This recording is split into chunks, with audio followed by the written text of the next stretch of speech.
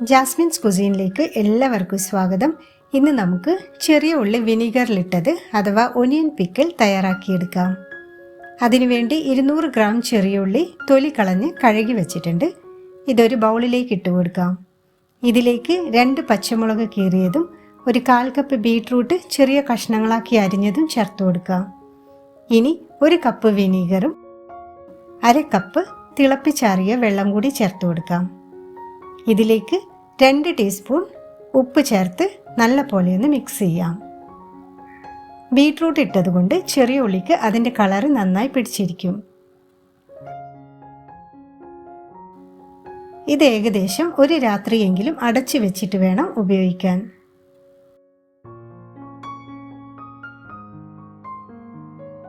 ഒരു രാത്രി മുഴുവൻ ഇത് അടച്ചു വെച്ചിരുന്നു. ഇനി കഴുകി തുടച്ചു വെച്ച ബോട്ടിലേക്ക് മാറ്റാം.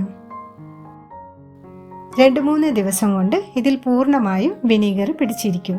10 ദിവസം വരെ നമുക്കിത് കേടുകൂടാതെ ഉപയോഗിക്കാം. ഫ്രിഡ്ജിൽ വെക്കുകയാണെങ്കിൽ കൂടുതൽ ദിവസം കേടുകൂടാതിരിക്കും.